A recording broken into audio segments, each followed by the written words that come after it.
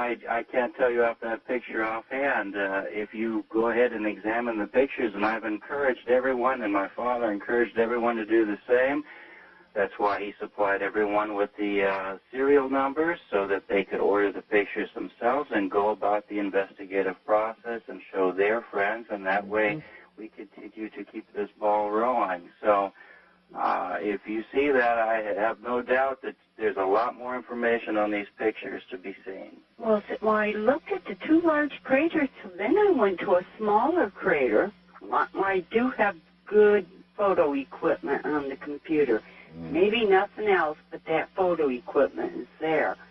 And in the smaller craters, it looks like 17 years in the Air Force tells me it's almost like a silo on a couple of them. Well, that I don't know. There have been reports of constructions in Greater Cassendi Crater with the Mount Wilson Observatory. They reported over a period of years that they saw construction, tubes leading from the bottom of the crater, going through the rim, out the other side. They would appear, and then the next year they would see them taken apart again. And that was documented. And then there's an area where a group of scientists say that they see an increased accumulation of domes. And so I think that the moon has a great deal of activity. I also feel that a certain amount of it has moved to the backside of the moon because in recent years we have experimented with high-tech lasers and resonant field weapons and shot it at the moon. And so, that discourages them a little bit. They move to the other side where it's a little Speaking of discouraging them, Glenn, there are a number of people, Stephen Greer being one of them, who would tell you that we have shot at UFOs. Absolutely. And advising that he thinks it's poor form on the part of Earth to be shooting at these people who can go great distances. I wonder how you feel about that. Well, that's just the case. And if you look at both Major Kehoe's book, Aliens from Space, and Frank Edwards' book, Flying Saucer Serious Business, there are several circumstances where we have scrambled jets and fired at them, also from naval vessels and fired at them. And through this entire sequence of time of many years of, shall we say, unwarranted aggression, they have never returned the aggression, and certainly they have both the power and the ability to completely flatten whatever they wish. So this once again brings into question how aggressive are they versus aggressive we are. Well, I don't know. When you shoot at something, you're sending a strong message. Absolutely. A very strong message. And so you would discourage any further such behavior on our part. Well, I think that we have enough information and we have enough knowledge that we have no reason not to wish to interact in a more reasonable manner. I take it you've seen some of the STS footage of apparently UFOs being shot at and evading? Yes.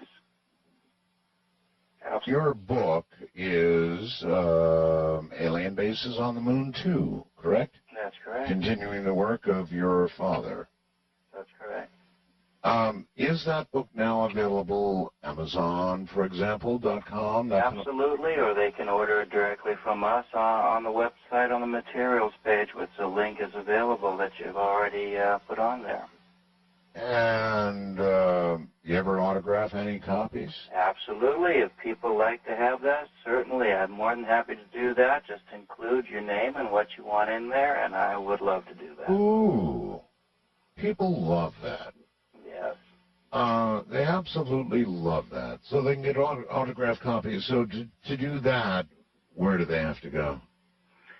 They'd have to order it directly from us because I don't think Amazon would forward it. So they could go to the website and order it from GAF International here in Vista, California. Cool. All right. Wanted to get that in. First-time caller line, you're on the air with Glenn Steckling. Hello. Hello? Hi. Hi. Yeah, I had a question. Do you think that the Earth is like a quarantined planet?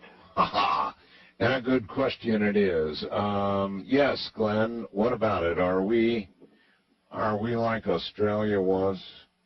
Well, Australia's a pretty nice place. I've visited many times. Well, it's okay now, but I mean, Yeah, you know, crude beginnings. I think that plenty of UFO activity comes and continues to come all the time. In fact, last year over Mexico, their interceptors photographed a whole armada of them as they were chasing of them. His question was, are we quarantined? That's right. So if we're quarantined, they can come here, and obviously we send out our probes into space.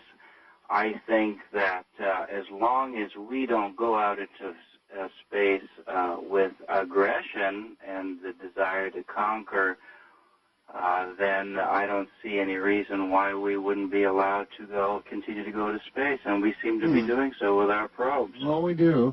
We had a disproportionate number of Martian probes that met with bad endings.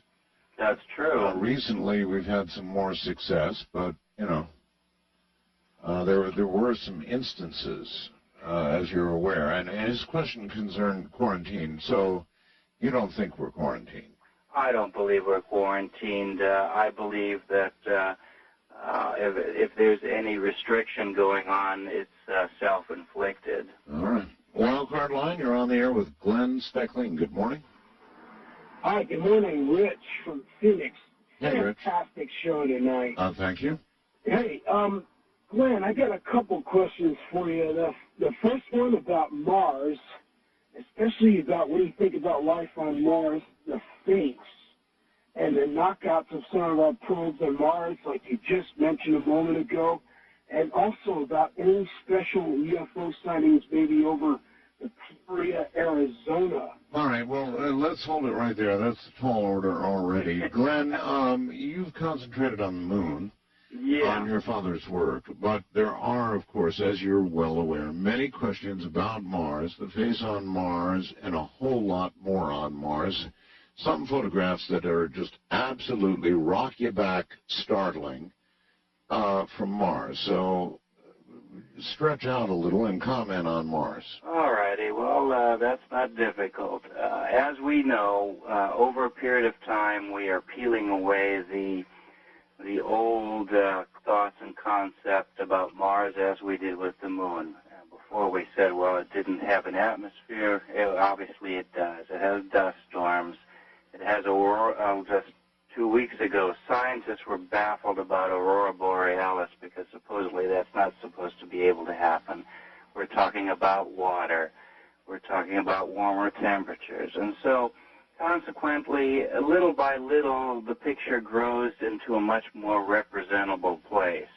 Of course, the pictures when we're talking about the plains of Cydonia and the work of Poulter and Molinari and Richard Hoagland and things like that, these pictures are quite dynamic, and I believe personally that it shows conclusive evidence of construction on Mars, and whether or not the probes have been knocked out, or whether they have been failures, or they may have been neither or both, and the probes are working just fine. We're just not told about it. There's a number of possibilities. Michigan, I have a question for Glenn. Hi, Ed. Earlier you commented that you would know how to tell the difference between a visitor to this planet and us. No, he said he would know how to tell. He just wouldn't tell us. Right. I'm wondering if he's ever contemplating or has ever had an intellectual conversation with a visitor to our planet. Very good question. Glenn? Let's put it this way. I've had personal experiences. My family has. We did so with